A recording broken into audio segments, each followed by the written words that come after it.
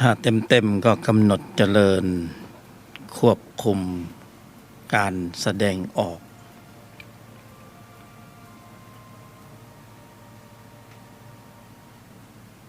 กำหนดเจริญควบคุมการแสดงออกฟังแล้วก่อนช่วยบอกหน่อยถ้าหลงทางช่วยชี้นำทางที่มันเป็นสัมมาให้หน่อยเถอะนะเอาบรรยายต่อนะกำหนดเจริญซึ่งอริยสัจสี่ก็จะต้องใส่รายละเอียดเข้าไปอีกเมื่อกี้นี่โยนิโสมนสิการนิ่งในไม่โต้ตอบใช่ไหมถ้าจะเอากำหนดเจริญอริยสัจสี่ก็เพิ่มรายละเอียดเข้าไปอีกนิดหน่อยเห็นไหมคะแนนความยากมันจะยากขึ้นพอยากมากขึ้นก็จะได้กุศลผลบารมีมากขึ้นจริงกำหนดเจริญ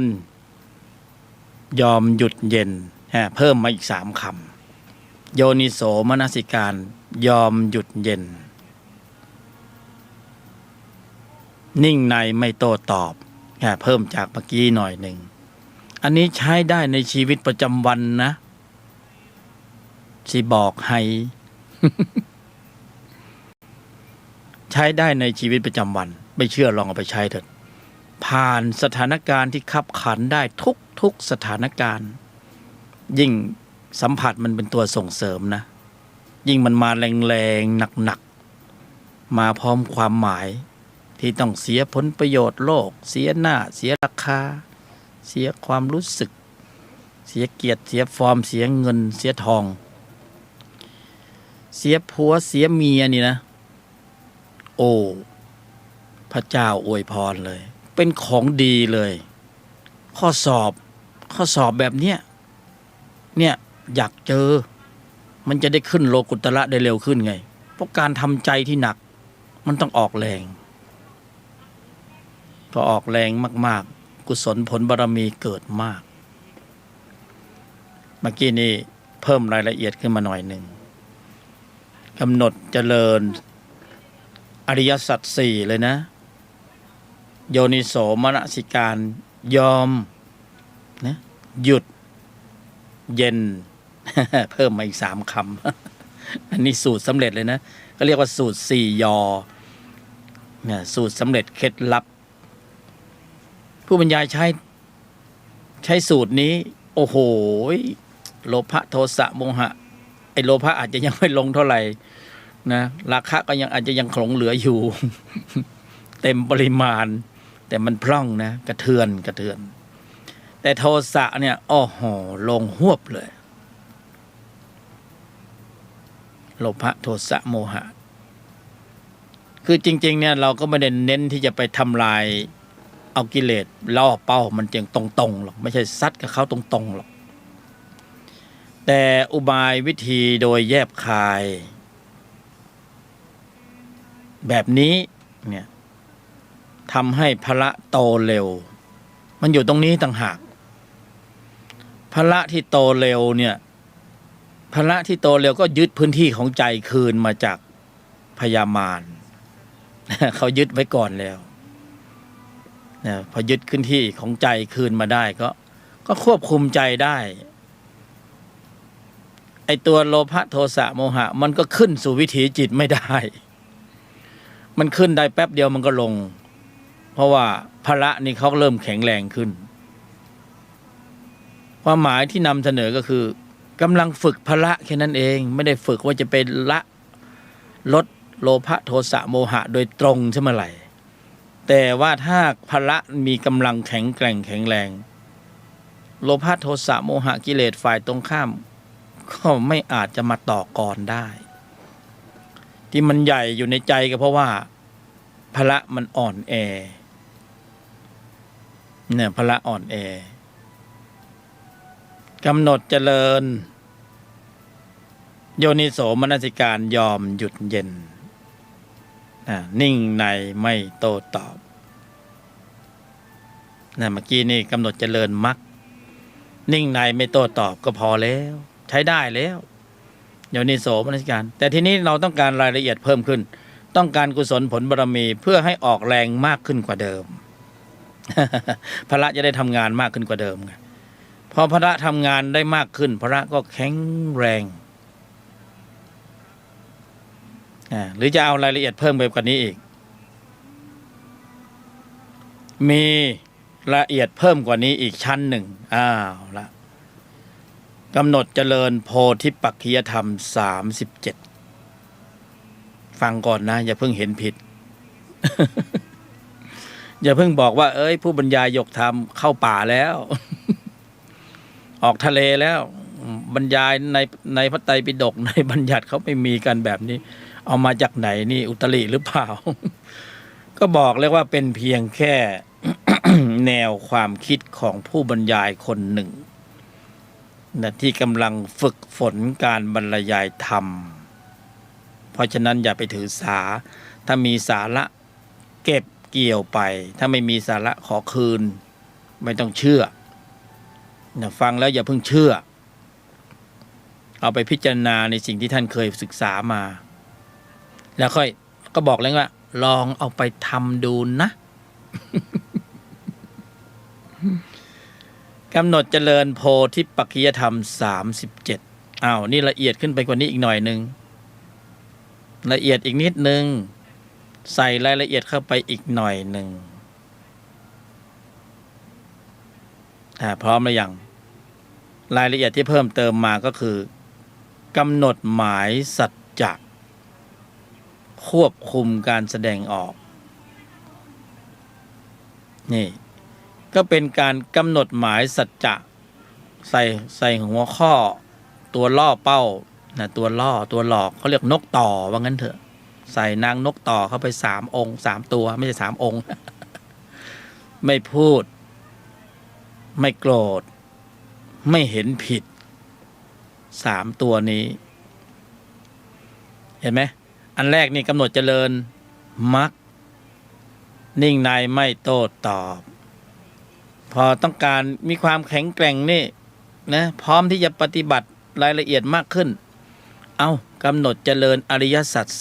4โยนิโสมนสิการยอมหยุดเย็นนิ่งในไม่โต้ตอบเห็นไหมเอาเพิ่มเติมอีกหน่อยหนึ่งเอาทั้งองค์คณะเลยกำหนดเจริญนะไม่พูดไม่โกรธไม่เห็นผิดพร้อมด้วยโยนิโสมนสิการยอมหยุดเย็นนะนิ่งในไม่โต้ตอบเห็นไหมว่าธรรมะนี่ซ้อนธรรมซ้อนธรรมอยู่ในนี้หมดเลย มหัศจรรย์จริงๆเนี่ยอยู่ในนี้หมดเลยไอ้ที่เราทำกันอยู่นี่ส่วนมากเราไม่ได้กำหนดเจริญนะเรากำหนดภาวนานะยุบเนาะพองเนาะภาวนาพุทโธภาวนากำหนดตรงนั้นตรงนี้นะกำหนดรู้กำหนดรูปนามอะไรก็แล้วแต่อันนั้นเขาเรียกว่ากำหนดภาวนานะยังไม่ถึงขนาดกำหนดเจริญภาวนาก็จะได้ผลก็คือฌาน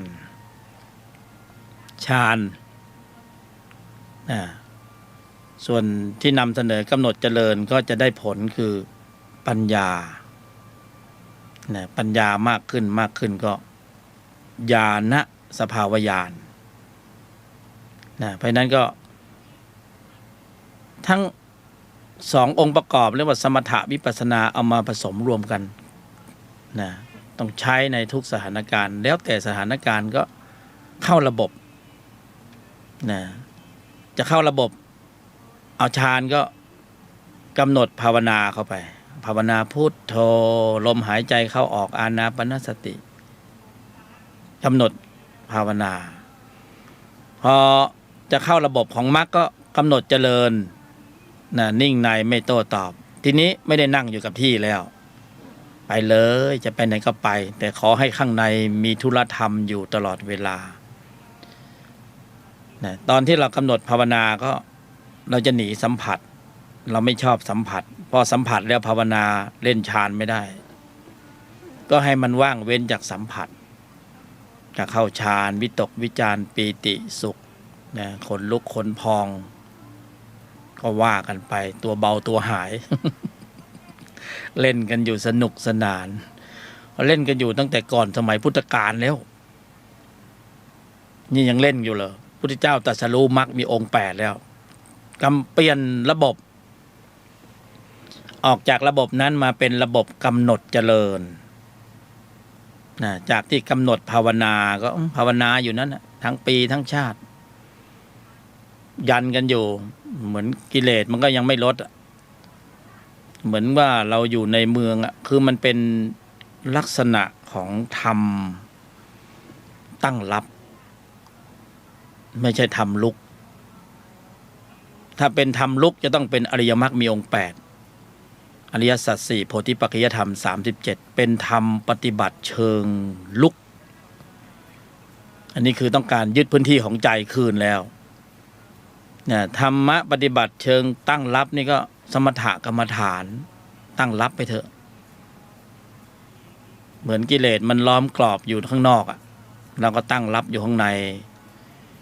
เหมือนพม่ามาล้อมเมืองเชียงใหม่เราขุดคูอยู่มันก็ข้ามคูเมืองมาไม่ได้เราก็อยู่ข้างในคูเมืองถ้าข้ามมาก็เอาหนังสติ๊กเล็งหัวมันก็ล้อมกรอบอยู่เราก็ออกไปไม่ได้มันก็เข้าไม่ได้ยันกันอยู่กิเลสกับพระเนี่ยยันกันอยู่ยังไม่มีฝ่ายใดชนะโดยเบ็ดเสร็จเด็ดขาดเนี่ยพอเรายันไม่อยู่กิเลสมันล้อมกรอบอยู่แล้วมันก็โหมกระหน่ำซัมเมอร์เซลเลยทีนี้นะตะบะแตกอันนั้นคือเราตั้งรับนะจะตั้งรับไปถึงไหนเนี่ยนะอายุสังขารมันไม่ใช่มีเวลามากให้มันนั่งตั้งรับเข้าสู่ระบบธรรมะปฏิบัติเชิงลุกไปเลยเนี่ยฝึกพละที่ในระดับของธรรมสมถะตั้งรับเนี่ยให้เปลี่ยนระบบเป็นระบบธรรมะปฏิบัติเชิงลุกนะก็คือเปลี่ยนยุทธวิธีใหม่นะยุทธวิธีดั้งเดิมมันก็ลบกันไปลบกันมาก็ตั้งรับกันไปตั้งรับกันมายันกันอยู่กิเลสยังมีอยู่เหมือนเดิมมันไม่ลดพอพระพุทธเจ้าค้นพบเปลี่ยนนะยุทธวิธีใหม่จากเดิมมาเป็นกำหนดเจริญควบคุมการแสดงออกแทนที่ดั้งเดิมพละไม่โตมากนะพละฝึกแล้วก็ศรัทธาความเพียรสติสมาธิปัญญาในระดับนั้นได้ถึงฌานแต่กิเลสไม่ได้ลดเพราะนั้นก็เปลี่ยนยุทธวิธีใหม่เนี่ยเปลี่ยนยุทธศาสตร์ยุทธวิธีใหม่ใช้เนี่ยกำหนดเจริญอริยมรรคมีองค์8พละก็แข็งแรงมากขึ้นกว่าเดิมนะแต่เดิมระดับฌานนี่พญามารนั่งหัวเราะเลยยังไงก็หักเขาไม่ได้นะเพราะว่ากลุ่มพลังของเขาก็มีมากมายแต่เดิมเนี่ยเขายึดพื้นที่ของใจไว้ได้หมดไม่มีเหลือนะยึดครองใจมานานมากจนเวลาไม่มีปรากฏนะเขาก็เลยส่งสรรพสัตว์พวกเราเนี่ยสัตตานังผู้แสวงหาการเกิดแล้วก็เขาก็บรรจุข้อมูลโลภะโทสะโมหะวิชาตัณหาอุปทานกิเลสกรรมวิบากนิวรณ์5สังโยชน์ต่างๆใส่เข้าไปแล้วก็ชี้นำให้สรรพสัตว์พวกเราทั้งหลายเวียนตายเวียนเกิดไปตายในที่ต่างๆอยู่ในวัฏสงสารอันยาวนานเราจะมาปฏิบัติเพื่อจะแหวกวงล้อมของพญามารออกหน่อยหนึ่งก็ได้ศักยภาพของพละในระดับชั้นของฌานก็คือเป็นธรรมปฏิบัติเชิงลับตั้งรับมันไม่ได้ลุกเลยนะพอตั้งรับอยู่พญามารก็บอกไม่ยังไงก็หักเขาไม่ได้แต่พอเราละจากความเพียรที่ไม่ได้ตั้งรับไอ้โลภะโทสะโมหะมันก็กระหน่ำทีเดียวเลย ตบะแตกตบะแตกพอพระพุทธเจ้าตรัสรู้พระองค์ตรัสรู้อริยสัจสี่โดยเฉพาะมรรคคือยุทธวิธีใหม่ไม่ใช้ยุทธวิธีเดิมแล้วเมื่อก่อนใช้แบบสมถะพอใช้ยุทธวิธีใหม่ก็คือกำหนดเจริญซึ่งอริยมรรคมีองค์8นะมรรคเป็นเหตุพอปรุงมรรคได้ปรุงเหตุได้ผลก็ปรากฏ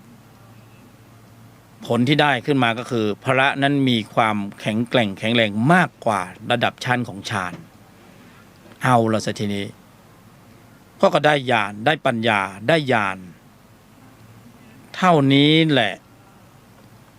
อำนาจการระหว่างฌานนี่ยันกันอยู่ระหว่างพยามารก็คือกิเลสเนี่ยพยามารหรือกิเลสหรือธรรมสายเกิดอะไรก็แล้วแต่ที่เราจะเรียกคือยันกันอยู่เสมอกันอยู่วัดดวงกันวัดกันไปวัดกันมาแต่พอกำหนดเจริญซึ่งอริยมรรคมีองค์8พละมีเป็นพละนี่เป็นผลนะเป็นผลนี่ก็คือมีกำลังแข็งแกร่งแข็งแรงแหลมคมเท่าทันมากขึ้นกว่าในชั้นของฌานมีทั้งแข็งแกร่งแข็งแรงแหลมคมเท่าทันรอบรู้แยกแยะล้วงลึกถอดถอนถึงขนาดถอนอนุสัยกิเลสเลยเพราะนั้นศักยภาพใหม่ยุทธวิธีใหม่แรงกว่าเก่านะหมื่นโลกธาตุจึงหวั่นไหวตอนที่พระบรมศาสดาตรัสรู้เพราะว่ากำแพงของวัฏจักรทลายพวกเรานึกภาพนะกำแพงเบอร์ลิน กำแพงเมืองจีนก็ได้ทลายนะกำแพงวัฏฏะสงสารพังทลายเป็นรูโบเลยทีนี้โอ้โหนี่คือช่องออกของสรรพสัตว์ที่จะออกจากวัฏฏะสงสารแล้ว บิงโกเลยทีเนี้ยแจ็คพอตแตกช่องทางนี้ไม่มีผิดหวังเพราะกำหนดเจริญซึ่งอริยมรรคมีองค์8นะก็พละก็โตขึ้นตามลำดับพอพละโตขึ้นอนุสัยกิเลสนะพละโตขึ้นพละก็เข้าไปยึดครองพื้นที่ของใจคืนมาจากพยามารหรือกิเลสคือเบียดค่อยๆเบียดลงไปเบียดลงล่องไปมันก็พยายามจะขึ้นอยู่แต่เวลามันขึ้นปุ๊บมันก็จะโดนกำลังของพละเนี่ยเบียดแซงเบียดตกล่องไปหลายๆครั้งจนสมุทเฉดมันขึ้นไม่ได้เลยไม่ใช่มันไม่มีมันก็มีอยู่แต่มันขึ้นไม่ได้จนมันฝ่อไม่ได้กินอาหารไงนะไม่ได้กินอาหารผอมแห้งแรงน้อยหมดแรงเนี่ยก็เข้าสู่สภาวะญาณองค์ความรู้ที่มากขึ้นก็เข้าสู่ลำดับของพระอริยบุคคลตามลำดับที่นี้ผู้บรรยายนำเสนอเนี่ยเดี๋ยวบอกก่อนนะมันเป็นเพียงแค่แนวความคิดของผู้บรรยายยกธรรมไม่เป็นมาตรฐานที่จะต้องเป็นแบบนี้ผู้บรรยายเพียงแค่มาฝึกฝนการบรรยายธรรมแต่ไม่อยากเอาบัญญัติมาพูดมากก็เลยเอาอะไรที่แปลกๆมานำเสนอบ้างเพราะฉะนั้นถ้าผู้รู้ฟังอยู่ขอคารวะช่วยชี้แนะหน่อยถ้ามีเหตุผลภูมิปัญญาธรรมที่ละเอียดประณีตสมบูรณ์มากกว่านี้ช่วยบอกหน่อยเถิดช่วยบอกหน่อยเถิดขอเถิดอย่าเก็บไว้คนเดียวนะเมตตาเถิด อันนี้ออกตัวไว้ก่อนออกตนไว้ก่อนนะก็คือที่นำเสนอว่าถ้าจะกำหนดเจริญซึ่งมรรคก็เอาสั้นๆไปเนี่ยคำเดียวแล้วปล่อยไปในชีวิตประจำวันเลยนิ่งๆในไม่โต้ตอบเจริญอยู่ในใจอยู่ตลอดเวลานะแต่ถ้าไม่พอจะเอาเข้มข้นกว่านี้ก็กำหนดเจริญซึ่งอริยสัจสี่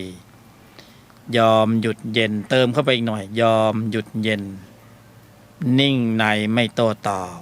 เนี่ยเพิ่มเข้าไปนะเมื่อกี้มียอมหยุดมีนิ่งในไม่โต้ตอบตอนนี้เพิ่มยอมหยุดเย็นอันนี้เป็นสูตรตรงนี้เป็นสูตร4 ยอ โยนิโสมนสิการยอมหยุดเย็นดีเทลก็คือนิ่งในไม่โต้ตอบอันนี้ใช้ได้เลยถ้าจะเอาเข้มข้นกว่านี้วางกำหนดหมายสัจจะไปเลยนะสัจจะไม่พูดไม่โกรธไม่เห็นผิดอันนี้ตัวล่อเป้าพอยกไม่พูดไม่โกรธไม่เห็นผิดขึ้นมาก่อนเพื่อให้พละห้า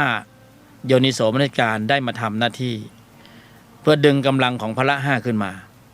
พละห้าก็จะเข้ามาทำหน้าที่นี่อันนี้คือกำหนดเจริญโพธิปัจจยธรรม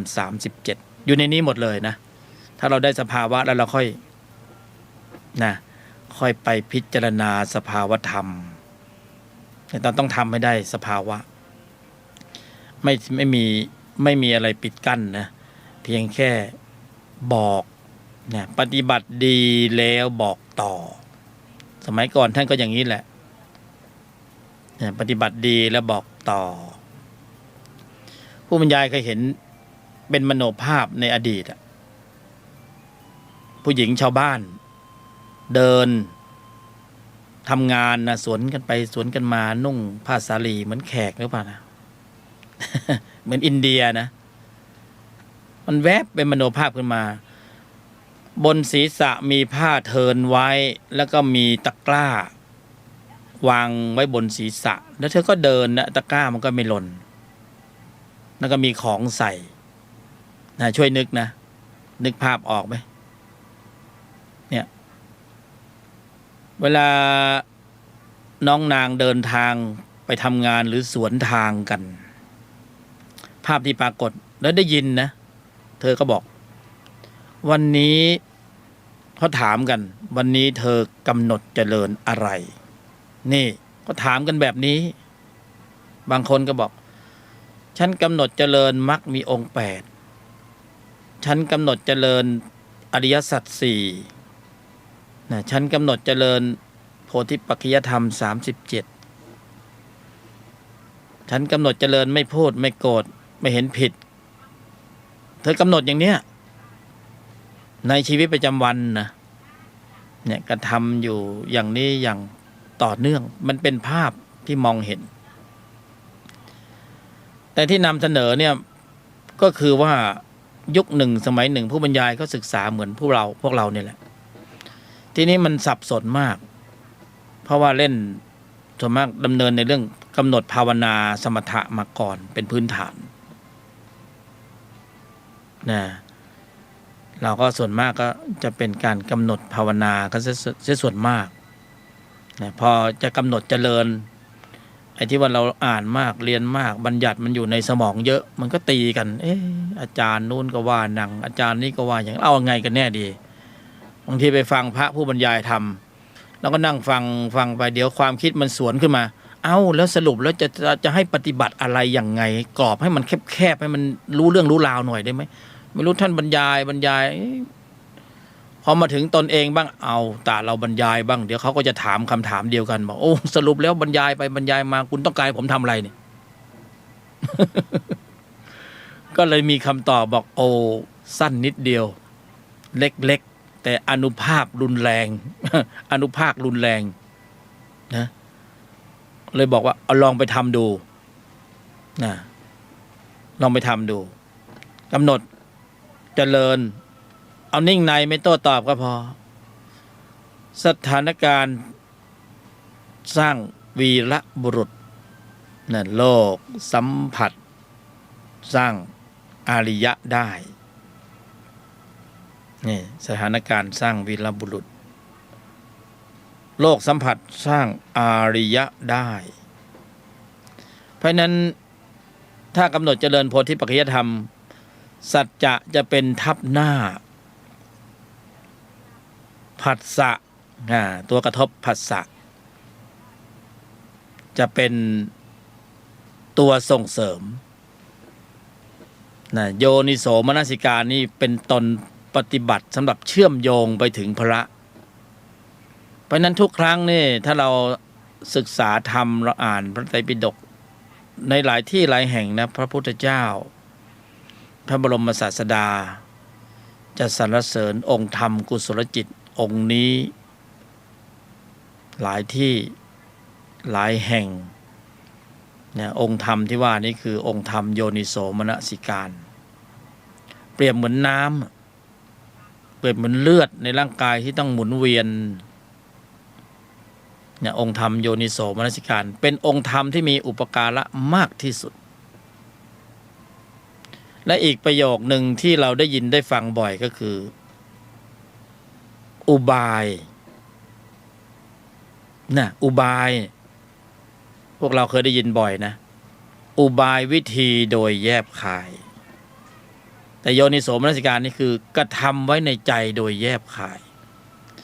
อุบายเนี่ยบางทีเราไปล่อมันตรงๆไม่ได้อะอย่างจิตโกรธมันโกรธขึ้นเราก็พยายามจะดับมันให้ได้จะดับมันให้ได้โกรธหนอโกรธหนอมันไม่ยอมลงอ่ะมันจะลงยังไงก็เสียผลประโยชน์อ่ะเสียหน้าเสียราคาเสียผลประโยชน์เผลอๆไปแนะนำจะโดนสักดอกหนึ่งอะนะขอทีอย่าเลยขอที โดนปลายคางไปหนึ่งทีคนก็ทะเลาะกันอยู่นะขอทีโกรธหนอเถิด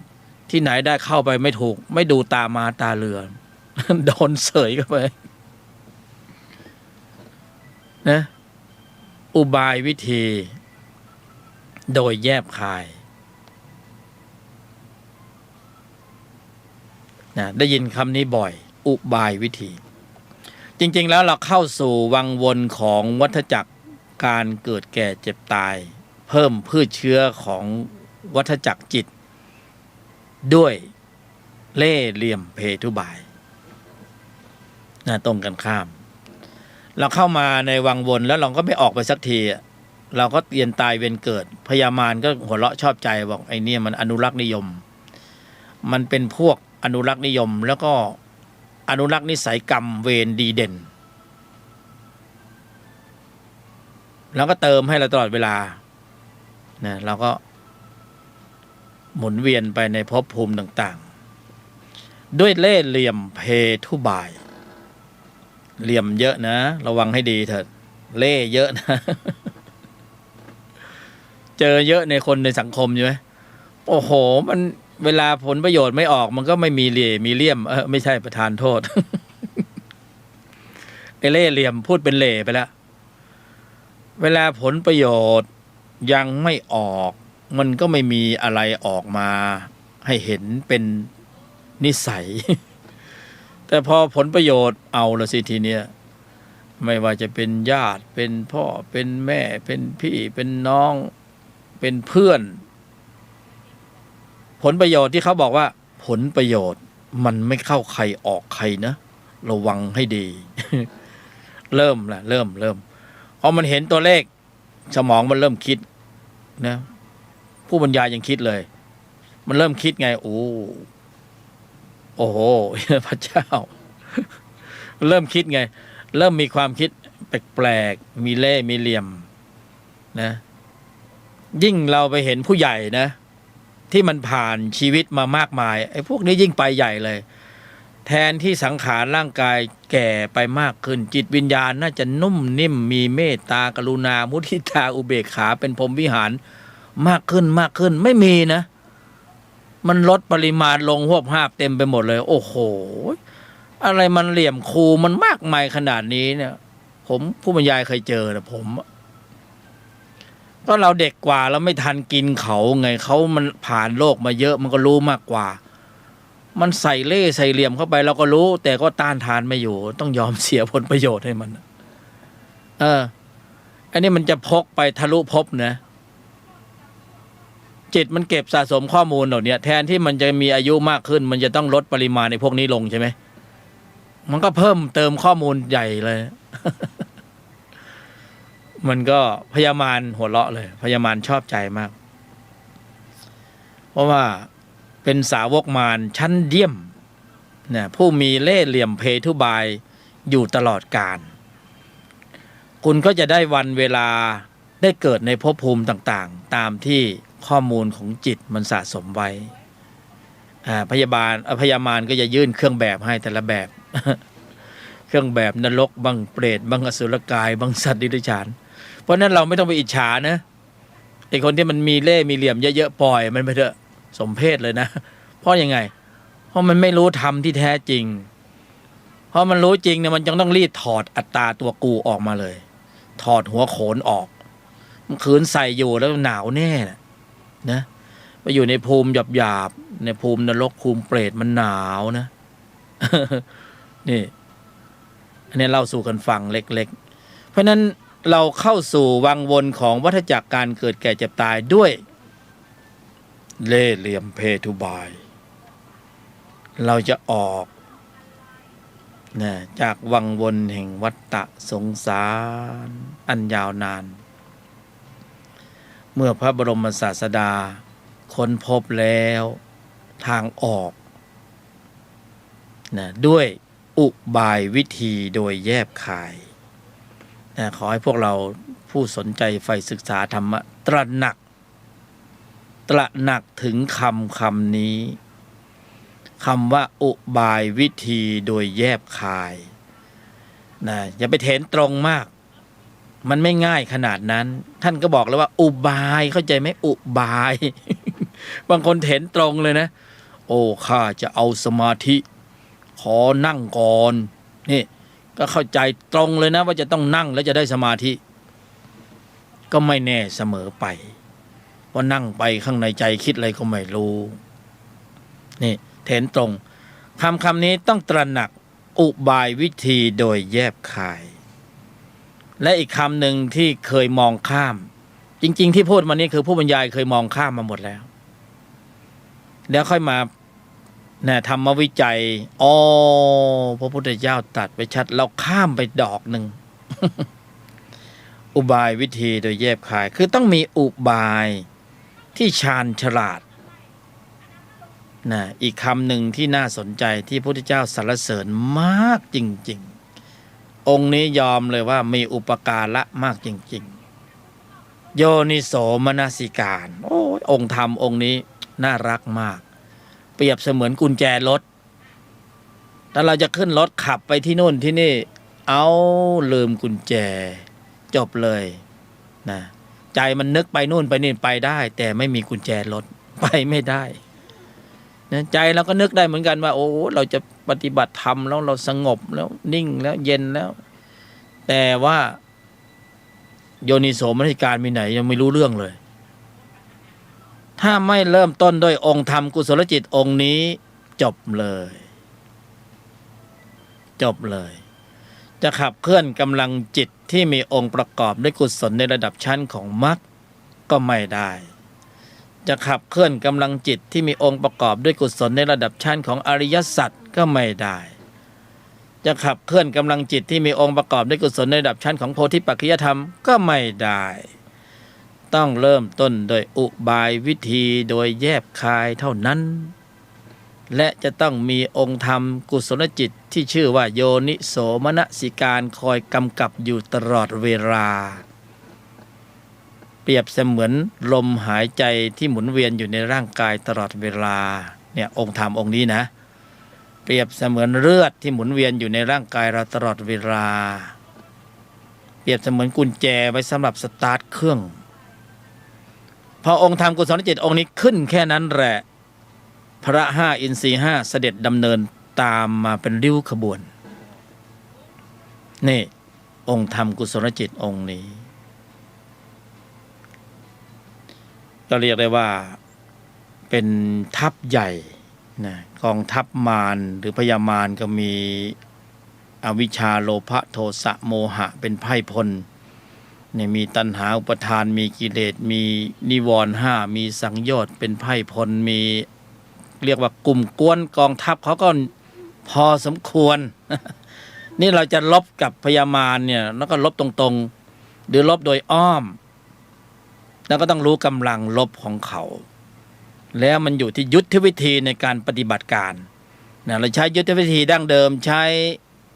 กำหนดภาวนาก็โอ้โหสู้ไม่ได้จริงๆเอาไม่อยู่จริงๆบำเพ็ญฌานเอาไม่อยู่ก็ต้องปรับยุทธวิธีใหม่ปรับกำลังลบใหม่เราก็ต้องมาดูว่าของเรามีอะไรบ้างนะเรามีพระห้าอินทรีย์ห้าโพชฌงค์เจ็ดสติปัฏฐานสี่อินทิบาทสี่มรรคมีองค์แปด อ้าวพอไหวพอไหวปรับกระบวนท่าปรับกระบวนทัพใหม่ แล้วก็ขับเคลื่อนนะมีสัจจะเป็นทัพหน้าโอ้โหทัพหน้ามาแล้วกองทัพธรรมมาแล้วทัพหน้าเป็นสัจจะต้องเริ่มต้นด้วยสัจจะกำหนดควบคุมการแสดงออก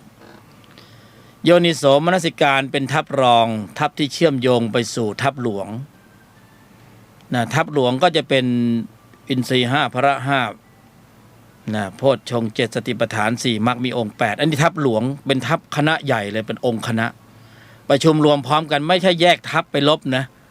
ลบพร้อมๆกันเนี่ยแหละเนี่ยเป็นทัพหลวงมีทัพหน้าทัพรองทัพหลวงแล้วก็มีทัพรังท้ายนะนิ่งในไม่โต้ตอบมีทัพหลังท้ายอันนี้เป็นทัพใหญ่ของทัพกองทัพธรรมพอกำหนดเจริญแค่นั้นแหละโอ้โหพละห้าทำงานอย่างขมักเขม้นขมีขมันขมักเขม้นโตขึ้นตามลำดับแข็งแกร่งขึ้นตามลำดับทัพมารนี่เริ่มแยงแล้วโอ้โหมาแบบไหนเนี่ยเมื่อก่อนนี่ภาวนาเท่าไหร่แล้วก็อัดหงายหลังทุกองค์นะทุกคนนะไม่ใช่ทุกตนนะภาวนาขนาดไหนพอกิเลสภายในขึ้นพรวดขนาดนั้นก็อัดหงายหลังนะปรากฏว่าเที่ยวนี้ใช้ยุทธวิธีใหม่โอ้โหผสมรวมตนเป็นหนึ่งอันนี้คือสูตรของพระพุทธเจ้าเลยนะมัคคสมังคีเลยนะคือพุทธองค์สุดยอดตรงนี้แหละตรงที่เอาจิตที่มีองค์ประกอบด้วยกุศลในระดับชั้นของโพธิปัจจยธรรม37เนี่ยใช้อุบายวิธีโดยแยบคายให้กำลังจิตเหล่านี้เคลื่อนเข้ามาผสมรวมเป็นหนึ่งโอ้โหยอมเลยเอาเบิร์ตไอน์สไตน์เนี่ยเอาอะไรมาผสมนะเป็นปรมาณูเป็นสสารเป็นอะตอมเป็นอะไรไม่รู้นะเขาบอกสุดยอดแล้วเขาไปศึกษาพระพุทธศาสนาเขาก็ยังงงไปไม่ถึงเขารู้เลยว่าตัวเขาเนี่ยสร้างระเบิดปรมาณูเนี่ยเอาอนุภาคอะไรไม่รู้เล็กๆเนี่ยมาผสมกันแล้วกำเนิดพลังงานมหาศาลอานิสงส์มาจนถึงปัจจุบันนี่นะเขาพูดเลยเขาบอกยอมแพ้พระพุทธเจ้าเล่นเอาจิตมาผสมกันไอน์สไตน์นี่ไปไม่เป็นเลยเอาจิตมาผสมได้ยังไงเนี่ยโอ้โหยอมแพ้เสียดายจริงๆอายุสังขารเขาไม่พอเขาบอกว่าถ้าเขามีอายุสังขารต่อไปจากกว่านี้อีกเนี่ยเขาจะค้นคว้าจนบรรลุธรรมเลยเนี่ยอายุสังขารเขาไม่พอตายไปเสียก่อนนี่แหละอีกประเด็นหนึ่งน่าคิดนะการที่พระพุทธเจ้าตรัสรู้ในเมืองมนุษย์ในโลกมนุษย์เนี่ยมันก็ดีอย่างหนึ่งนะเพราะว่าอายุมนุษย์มันสั้นดีอย่างหนึ่งก็คือว่าความสั้นของอายุมนุษย์เนี่ยจริงๆแล้วเนี่ยความสั้นของอายุมนุษย์เนี่ยช่วงระยะเวลาที่ว่าสั้นหรือมีน้อยนี่นะถ้าถูกต้องถูกส่วนตรงตามความเป็นจริงเนี่ยอริยจิตเกิดได้เร็วมากถ้าปรุงถูกสูตรนะถูกต้องถูกส่วนตรงตามความเป็นจริงโดยเฉพาะในยุคนี้นะอริยจิตเกิดเร็วมากด่วนมากได้ชัดมากเพราะข้อสอบมันเยอะอีกประเด็นหนึ่งก็คือว่ามันเหมือนนาทีทองระยะเวลาที่สั้นเหมือนกายมนุษย์เนี่ยไม่เกิน100 ปีเนี่ยมันก็ดีอย่างตรงที่ว่าอายุสั้นเนี่ยเห็นแล้วจะได้การเกิดก็เห็นง่ายขึ้นการแก่ก็เห็นเร็วขึ้นเนี่ยเริ่มแก่กันแล้วการเจ็บก็เห็นชัดขึ้นการตายยังเห็นในอายุไขของเราเห็นภาพเลยว่าโอ้เกิดแก่เจ็บตายเนี่ยมันเห็นเร็วมันก็เลยปรงเร็วหรือก็โน้มมาสู่การปฏิบัติได้มีน้ำหนักมากขึ้นถ้าพระพุทธเจ้าในตรัสรู้ในยุคสมัยที่มนุษย์มีอายุยืนยาวมากกว่านี้เนี่ยเราจะเห็นการแก่การเจ็บการตายยากมากเพราะมันเล่นไม่แก่เล่นไม่เจ็บเล่นไม่ตาย นะพอไม่แก่ไม่เจ็บไม่ตายมันก็ไม่เบื่อหน่ายในวัฏสงสาร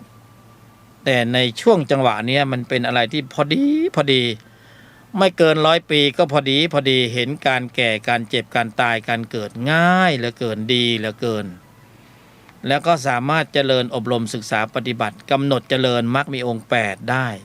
สติปัฏฐาน4ได้โพธิปัจจยธรรมได้ชัดแจ้งชัดเจนมากขึ้นเลยนะเพราะว่ามรรคมีองค์8เนี่ยต้องอาศัยกายมนุษย์เป็นอุปกรณ์ในการบริหารกำลังจิตในการบริหารการแสดงออกต้องใช้กายมนุษย์นะกายอย่างอื่นใช้ไม่ได้เพราะนั้นมรรคมีองค์8นี่ถูกออกแบบมาตรัสรู้มาเพื่อมนุษย์โดยเฉพาะเพื่อมนุษย์โดยเฉพาะ เพื่อพวกเราให้ได้บรรลุธรรมเนี่ยเพราะนั้นตอนนี้เราเป็นมนุษย์และเราเกิดในตรงยุคที่พระพุทธศาสนายังมีอยู่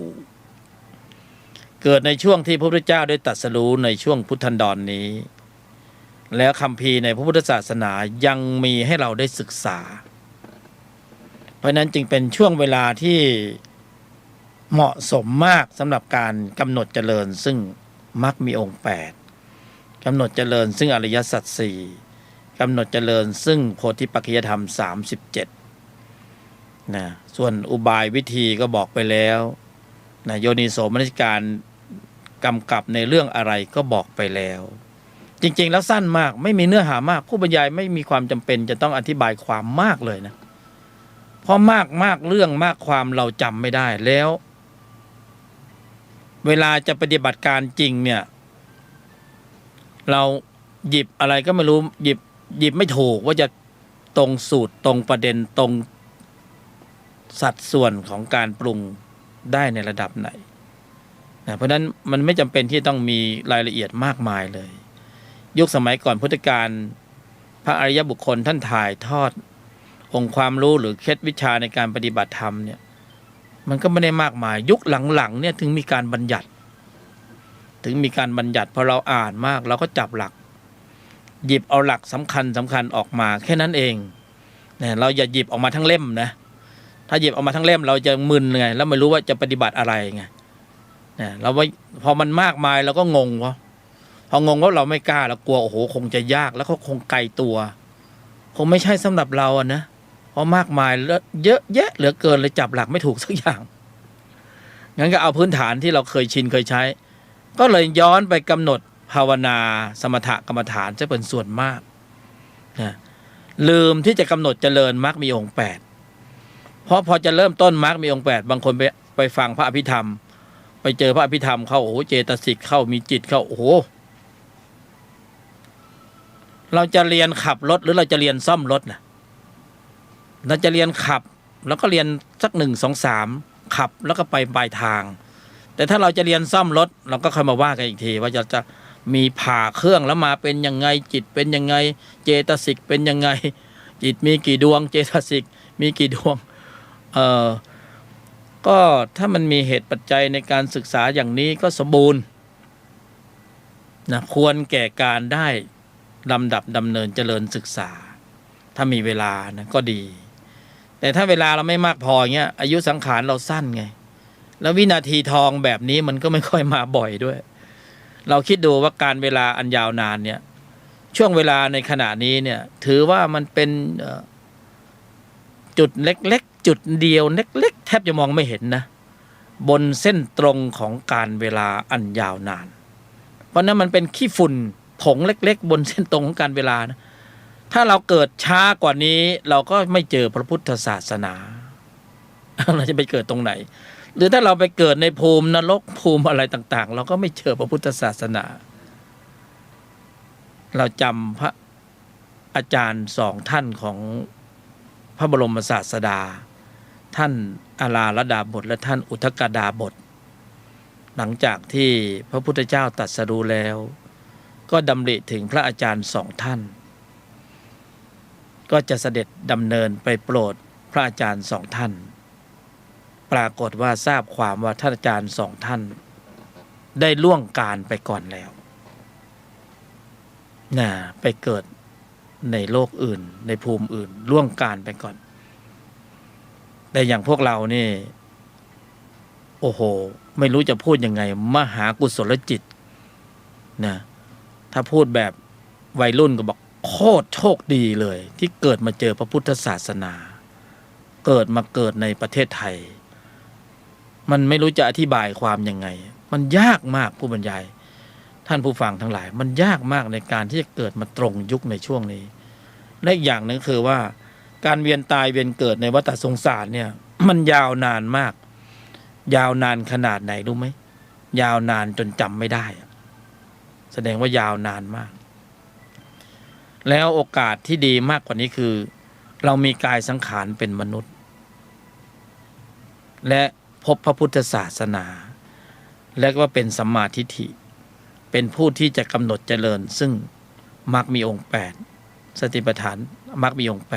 8นะอริยสัจ4โพธิปัจจยธรรม37อยู่ในนี้หมดเลยนะถ้ากำหนดจำเริญซึ่งอริยสัจ4ก็ย้อนกลับไปตรงบรรยายตอนแรกๆก็คือกำหนดเจริญโยนิโสมนสิการยอมหยุดเย็นนิ่งในไม่โต้ตอบคำสั้นๆคำเดียวคำว่ายอมเนี่ยก็คือทุกขสัจทุกเป็นธรรมที่ต้องกำหนดรู้ทำความเข้าใจและยอมรับความเป็นจริงนี่คือทุกขสัจยกมาคำเดียวเองแล้วก็เอามาเป็นองค์ประกอบในการกำหนดเจริญหยุดคำที่สองคือยอหยุดสมุทัยเป็นธรรมที่ต้องกำหนดละคำว่าละก็คือหยุดนั่นเองนิโรธคือธรรมที่ต้องทำให้แจ้งก็คือเย็นมรรคคือธรรมที่ต้องกำหนดเจริญก็คือนิ่งในไม่โต้ตอบนั่นเองเพราะฉะนั้นถ้าเราจำอะไรไม่ได้เราก็กำหนดเจริญมรรคเราโยนิโสมนสิการอยู่ในใจตลอดเวลาไม่ต้องนั่งหลับตาอย่างเดียวทุกสถานการณ์ทุกที่ทุกแห่งบุกเข้าไปเลยแล้วก็นิ่งในไม่โต้ตอบอยู่ในภายในอยู่ในภายในสถานการณ์จะสร้างวีรบุรุษตัวสัมผัสจะเป็นตัวสอบตัวรองจะเป็นข้อสอบถ้าเราทำได้ในสถานการณ์ที่คับขันแล้วเรานิ่งในไม่โต้ตอบเราไม่มีการสวนออกไปด้วยวาจาด้วยการกระทำด้วยคำพูดแล้วเรานิ่งในไม่โต้ตอบแสดงว่าข้างในใจเรามีกำลังของพละเข้าควบคุมการแสดงออกแล้วถ้าพละควบคุมการแสดงออกได้ออกแรงบ่อยๆบ่อยๆพวกเราคิดว่าพละจะโตไหม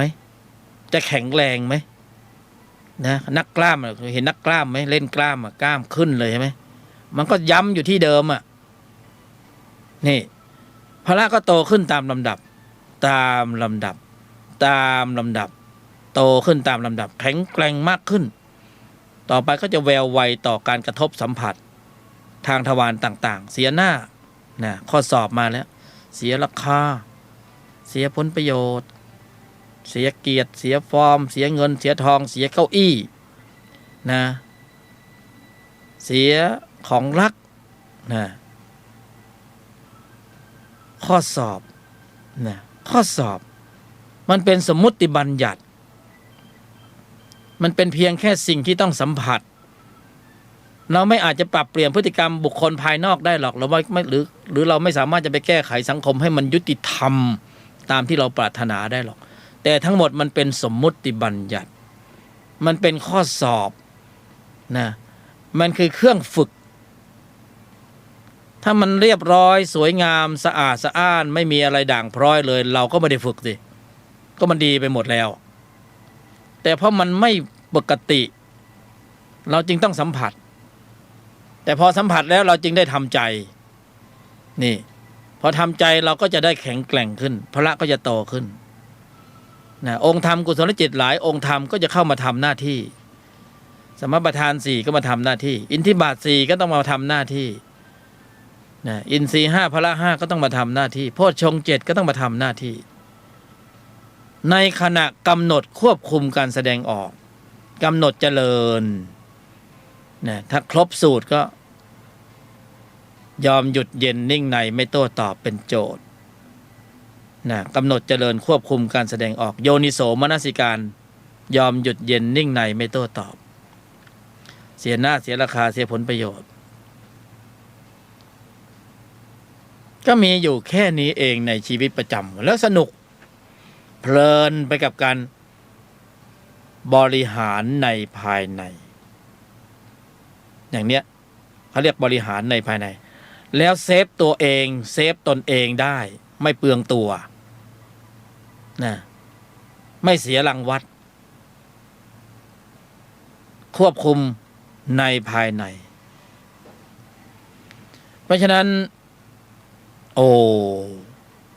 เวลากำหนดเจริญแล้วเนี่ยมันเหมือนจอมยุทธเราไม่ทิ้งร่องรอยแล้วเนี่ยในอดีตนะเราไม่ได้กำหนดเจริญควบคุมการแสดงออก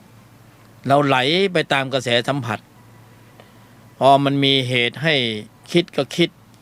พูดก็ต้องพูดทำก็ต้องทำในขณะคิดพูดทำก็มีจิตเกิดส่วนมากเป็นอกุศลจิตเป็นอกุศลการกระทำเพราะมันไปตามกระแสสัมผัสกระแสสัมผัสเราก็รู้อยู่แล้วว่าใครยึดครองกระแสอยู่ใครยึดครองกระแสสื่อนี่อยู่คือพยามารไงเพราะฉะนั้นพยามารก็จะปล่อยคลื่นโลภะโทสะโมหะอวิชชาให้เราเล่นเต้นระบำอยู่กับสิ่งที่เขาชี้นำใช่ไหมพอเราเล่นไปตามกระแสสัมผัสตรงนั้นเราก็อกุศลเจริญอยู่อย่างนั้นอ่ะเราก็ปรุงแต่อกุศลนี่พออกุศลเกิดก็มีอกุศลการแสดงออกอกุศลจิตอกุศลการแสดงออกเขาเกิดข้างในข้างนอกเกิดพร้อมกันแมทกันมันก็เกิดร่องรอยขึ้นมานี่ไอ้ร่องรอยตรงนี้แหละมันตามเจอถึงว่าเราไปทำกรรมไว้ตรงไหนทำไมมันถึงตามจุตัวเราเจอกรรมถึงส่งผลได้นะเราไปทำกรรมหนักมาไปแอบอยู่ในเซฟเฮาส์สงสัยกรรมตามไม่เจอแล้วมึงมันไปตามข้อมูลจิตก็เหมือนโทรศัพท์มือถืออยู่ในห้องน้ำมันก็เข้าไปได้มันไปตามข้อมูลจิตทีนี้ข้อมูลที่เป็นอกุศล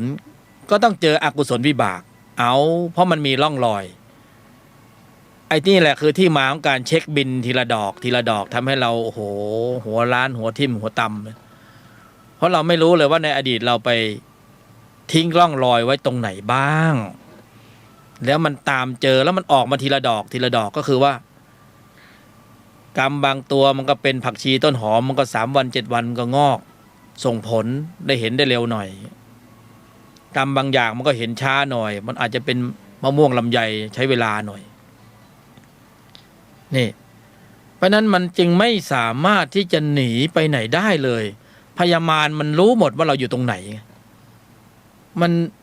มันใส่ซิมไว้ตรงไหนก็ไม่รู้เนี่ยเขาตามเจอเพราะนั้นในที่ลับหรือที่แจ้งเนี่ยโอ้โหเสร็จหมดเลยมันจึงบอกว่าถ้าพวกเราฟังธรรมอย่างฟังวันนี้แล้วพวกเราประมาทเนี่ยพวกเราต้องผู้บรรยายเคยบอกว่าให้เราเกรงใจธรรมชาติชนิดหนึ่งหน่อยนึงเถอะนะจะเบียดบังอะไรเข้าเป็นผลประโยชน์ในส่วนตัวก็ให้เกรงใจสิ่งหนึ่งที่มันอยู่ในที่เรียกว่าจิตเนี่ยให้เกรงใจสิ่งนี้หน่อยไม่ต้องไปเกรงใจคนทั้งโลกคนทั้งบ้านคนทั้งเมืองไม่ต้องเกรงใจนะแต่ให้เกรงใจคำว่าจิตไว้หน่อยหนึ่งเถิดเพราะว่าเขาบันทึก เขาบันทึกข้อมูลหมดเลยนะแล้วก็โหลดโปรแกรมส่งต่อกันเป็นทอดๆอีกไม่หนีไปไหนเลยโอ้โหยอมจริงๆแต่ว่าการที่เรามีกายมนุษย์เนี่ยมันพิเศษตรงที่ว่าเราสามารถโหลดโปรแกรมมรรคได้ตรงนี้ต่างหากเอาไว้ทำไมนะเอามาทำไมโปรแกรมมรรคโปรแกรมมรรคก็คือโปรแกรมที่เรากำหนดเจริญควบคุมการแสดงออกแล้วโปรแกรมนี้สามารถชำระล้างข้อมูลจิตในอดีตที่เป็นอกุศลต่างๆได้ นี่ตรงนี้ต่างหากที่มันเป็นความสุดยอดทำไมต้องเข้าสู่ระบบควบคุมการแสดงออกทำไมต้องเข้าสู่ระบบควบคุมการแสดงออกเพราะเรามาจากการแสดงออกที่ล้มเหลวเราก็ต้องใช้การแสดงออกเอาไปล้างการแสดงออกการแสดงออกในอดีตมีจิตที่มีตัวประกอบด้วยอกุศลเราต้องผลิตกำลังจิตที่มีองค์ประกอบด้วยกุศลเอาไปชำระล้างเขาชำระล้างเขาเองโดยอัตโนมัติเราไม่ต้องไปดิ้นรนอะไรหรอกเพียงแต่ปรุงให้เกิดกำลังจิตที่มีองค์ประกอบด้วยกุศลเพียงเท่านี้ทำหน้าที่เพียงเท่านี้ไม่ต้องไปเถนตรงไปไล่เขาหรอกเขาไปของเขาเองคือเราทำให้กำลังของพระมีความแข็งแกร่งแข็งแรงฝ่ายตรงข้ามเขาก็ไม่อยู่รอหรอกแค่นี้เองเป็นหน้าที่ของกายมนุษย์เป็นหน้าที่ของเราที่มีกายมนุษย์เพราะฉะนั้นวันหนึ่งคืนหนึ่งจะต้องไม่ขาดทุนในแต่ละวันเนี่ยจะต้องกำหนดเจริญอะไรล่ะกำหนดเจริญมรรคก็นิ่งในไม่โต้ตอบ3 คำ 4 คำเองจำไม่ได้หรือถ้ามันยากง่ายเกินไปก็เอายากขึ้นอีกหน่อยกำหนดเจริญอริยสัจ 4ถ้ามันง่ายเกินไปก็กำหนดเจริญโพธิปัจจยธรรม 37เพิ่มรายละเอียดนิ่งในไม่โต้ตอบไม่พอใช่ไหมก็เอายอมหยุดเย็นใส่เข้าไปด้วยต่อด้วยนิ่งในไม่โต้ตอบถ้าเราคิดว่ากำลังเรามีความสมบูรณ์ถึงพร้อมสามารถปฏิบัติที่อุกฤษมากขึ้นกว่านี้ก็ใส่รายละเอียดเข้าไปสัจจะเข้าไปเลยไม่พูดไม่โกรธไม่เห็นผิดแล้วก็โยนิโสมนสิการยอมหยุดเย็นแล้วก็ตามด้วยนิ่งในไม่โต้ตอบ3 สเต็ปมันจะหนีไปไหนอ่ะเพราะนี่คือการผลิตกำลังจิตที่มีองค์ประกอบด้วยกุศลในระดับชั้นของอาริยจิตในชีวิตประจำวันไม่ได้นั่งหลับตาอยู่เฉยๆ ไม่ได้นั่งหลับตาอยู่เฉยๆไม่อยากจะพูดว่าใครฟังธรรมะวันนี้นี่คุณยิ่งกว่าถูกรางวัลที่1นะจะบอกให้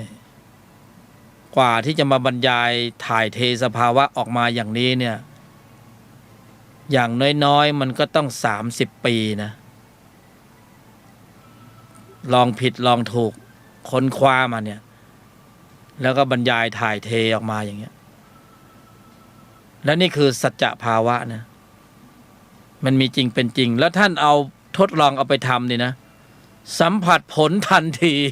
มีอะไรที่มันปลูกแล้วมันได้ผลทันทีเนาะสัมผัสสภาวะได้ทันทีทันใดด้วยตนของตนเองเพราะว่ากายมนุษย์ที่เรามีอยู่ในขณะนี้เป็นอุปกรณ์ชั้นเยิศชั้นเลิศชั้นเยี่ยมเนี่ยชั้นเยี่ยมองค์ประกอบมีพร้อมหมดเหลือแต่พ่อครัวชั้น1ก็คือตัวผู้ฟังตัวท่านปรุงให้มันดีๆหน่อยอย่าไปใส่อะไรเค็มเกินไปมันก็กินไม่ได้ทำต้มยำเล่นไม่ใส่มะนาวเป็นต้มจืดนะเธอ ปรุงให้ดีๆหน่อยนะพ่อครัวชั้น1ก็ตอนเราก็ปลูกเราก็ทำอาหารไม่เป็นเอาผัดกะเพราไหมแล้วก็มีพ่อครัวมือ1เขามาบอกว่าต้องอย่างนี้นะโขลกพริกกระเทียมให้เรียบร้อยใส่ลงไปแล้วตามเนื้อลงไปแล้วก็คลุกเคล้าให้เข้ากันแล้วก็ใส่ใบกะเพราทีหลังนะใกล้เที่ยงแล้วนะ11 โมงครึ่งเริ่มหิวแล้วใช่ไหมก็เราเป็นครอบครัวชั้น1เราได้สูตรมาแล้วไงก็มาบอกเราก็ปรุงต่อสิองค์ประกอบก็คือจิตที่มีองค์ประกอบด้วยกุศลในระดับชั้นของโพธิปัจจยธรรมเนี่ยมีอยู่แล้วในใจของเราทุกคนทุกรูปทุกนามมีอยู่แล้วนะจะปรุงหรือเปล่านะจะปรุงยังไงจะปรุงอย่างอื่นจะปรุงได้ไม่ต้องสอนจะปรุงชั้นของวัฏจักรการเกิดแก่เจ็บตายเพื่อเอาใจพยามารหน่อยเถอะปรุงกาม ก็เอาเล่นเข้าไปที่รูปรสกลิ่นเสียงปรุงเข้าไปให้มันเพลินไปเลย จะปรุงแบบให้มันมีเครื่องแบบนรกก็ปรุงโทสะขึ้นไปนะพยาบาลก็เตรียมเครื่องแบบนรกให้เรา จะปรุงแบบโมหะให้มันหลงไหลเคลิ้มไปก็ปรุงนะปรุงโมหะจะได้เครื่องแบบของสัตว์เดรัจฉานจะปรุงโลภะก็ปรุงเข้าไปนะกินเข้าไปเลยนะบ้านเมืองนี่เขามีไว้ให้โกงให้กินเข้าไป เอาให้เพลินเลยนะไอ้พวกคอร์รัปชันทั้งหลายเนี่ย เอาให้หนักเลยเอาให้เต็มที่เลยอิ่มให้ท้องแตกเลย นะเผลอเป็นไม่ได้นะประเทศมนุษย์นะไม่เฉพาะประเทศไทยหรอกเพราะฉะนั้นจิตที่มีตัวประกอบด้วยโลภะโทสะโมหะพวกนี้มันนำพาสู่อบายภูมิอย่างแน่นอนมันหนีไม่ออกระหว่างที่ทำกรรมเนี่ยมันไม่รู้หรอกก็เพราะอวิชชามันเคลือบอยู่พยามารมึงจะไปรู้ได้ไงพยามารบอกว่าเอ้ยไม่มีอะไรหรอกปรุงเข้าไปเลยนะปรุงให้เต็มที่เลยโลภะโทสะโมหะอวิชชาพยามารนั่งไขว่ห้างกระดิกข้างนะนั่งไขว่ห้างกระดิกขาอยู่แม่สาวกมานี่มันดีจริงๆนะในระหว่างปรุงตัวเนี้ยอาริยจิตก็มีอยู่ในใจเราแต่ว่าไม่มีกำลังจะไปมีกำลังได้ไงก็เราฝึกด้วยการกำหนดภาวนากำหนดภาวนาเราก็เล่นสมถะมันก็สนุกสนานเพลิดเพลินแต่หารู้ไหมถึงแม้เราจะปรุงสมถะเราปรุงไปปรุงมาปรุงไปปรุงมาก็อยู่ในข่ายของพยามารอยู่ดีนะก็มันปรุงด้วยอัตตาตัวกูไงก็เป็นอัตตาตัวกูแต่ถ้ากำหนดควบคุมการแสดงออกกำหนดเจริญเป็นอนัตตาตนเขาบอกว่าธรรมชั้นนี้เป็นอัตโนมัติธรรมนะเป็นอัตโนมัติธรรมนะเป็นอัตโนมัติธรรมย้ำแค่กำหนดนิ่งในไม่โต้ตอบอยู่ในภายในโยนิโสมนสิการนี่นะแค่นี้นะไม่ได้เอาเยอะเลยนะไม่ได้กำหนดหมายเยอะกำหนดนิ่งในไม่โต้ตอบกรองไว้ในใจโดยตลอดเวลาแต่ว่าภายนอกเราก็ทำธุระปกติธุระโลกก็ทำไปนะแต่ไอสิ่งที่พูดเมื่อกี้นี่คือธุระธรรมในภายใน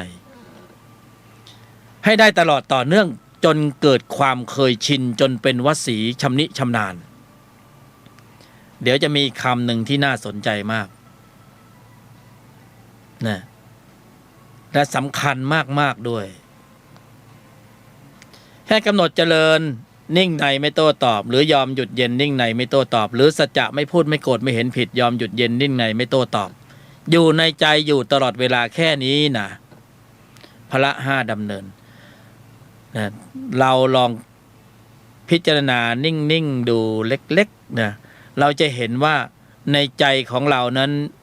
มีองค์ประกอบของจิตที่ล้วนแล้วแต่เป็นกุศลจิตโดยทั้งสิ้นเลยพิจารณาอยู่ตอนนี้ก็ได้แค่เราบอกนิ่งในไม่โต้ตอบกำหนดหมายแค่นี้กรองไว้ในใจอยู่ตลอดเวลากุศลจิตเป็นอันมากได้เจริญเกิดขึ้นในใจของเรายังกุศลให้ถึงพร้อมขณะนี้กายวาจาใจสงบระงับไม่ได้ทำบาปทั้งปวงเป็นผลสู่ทำจิตใจให้ขาวรอบนี่ก็ง่ายๆแค่นี้เองอ่ะมันไม่เห็นมีอะไรซับซ้อนเลยเราไปทำให้มันล้ำลึกพิสดารเองเส้นผมบางภูเขานี่บ่อยๆมากๆเนืองๆจนเกิดความเคยชินตรงนี้ต่างหากความเคยชินเราเคยชินเคยเห็นคนที่ขี้โมโหไหมเอาตัวเองก็ได้ไม่ต้องเป็นเปรียบเทียบใครขี้โมโหเนี่ย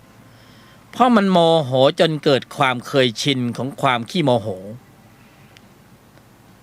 เคยชินเห็นผิดเพ่งโทษเคยชินวิพากษ์วิจารณ์วาจาล่วงหล่นไปในที่ต่างๆ นั่งรถไปบนท้องถนน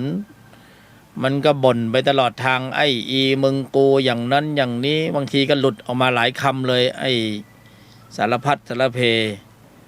ไอ้นั่นก็ไม่ดีไฟแดงก็ช้าไฟเขียวก็เร็ว นะความเคยชินของนิสัยนะอันตรายนะ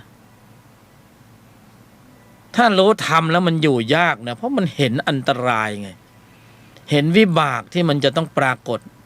ของการร่วงหล่นระบบคิดพูดทำที่ร่วงหล่นไม่ได้สำรวมระมัดระวังตั้งมั่นให้ถึงพร้อมเนี่ยอันตรายเพราะว่ามันเป็นอกุศลแล้วก็มีอกุศลวิบากแล้วก็ฟีดแบ็กกลับมาที่กายและจิตของเราเนี่ยมันไม่ไปไหนเลยจริงๆเพราะฉะนั้นความเคยชินที่มีอุปการะมากและเป็นความเคยชินที่ปลอดภัยคือการสร้างความเคยชินกับธรรมะการสร้างความเคยชินกับการกำหนดนิ่งในไม่โต้ตอบมาแล้ว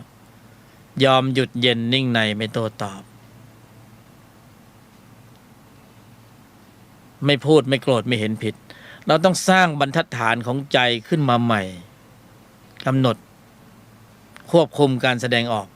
สิ่งแวดล้อมจะเป็นข้อสอบข้อรองเป็นอุปกรณ์วิชาบังคับคือเสียหน้าเสียราคาเสียผลประโยชน์เสียเกียรติเสียฟอร์มเสียเงินเสียทองเสียของรักเราจะต้องเจอสิ่งเหล่านี้เป็นเรื่องปกติวิสัยในสังคมมนุษย์การเอารัดเอาเปรียบการกดขี่การกดดันการไม่ยุติธรรมมันเป็นเรื่องของมนุษย์ที่มันทำกันนะแต่อย่าเห็นว่าเป็นสิ่งที่เคร่งเครียดเอาเป็นเอาตายทุกอย่างที่มันเป็นปัญหาเนี่ยมันมีทางออกของมันอยู่ในตัวของมันแต่ให้เราเห็นว่ามันคือข้อสอบคืออุปกรณ์ถ้าเราไม่เจอทุกข์กระทบเราจะหาทางพ้นทุกข์กันไหมแต่เพราะเรามีทุกข์กระทบเรามีเหตุกระทบเราจึงต้องค้นคว้าเพื่อสร้างภูมิต้านทานของทุกข์ของเหตุที่มากระทบ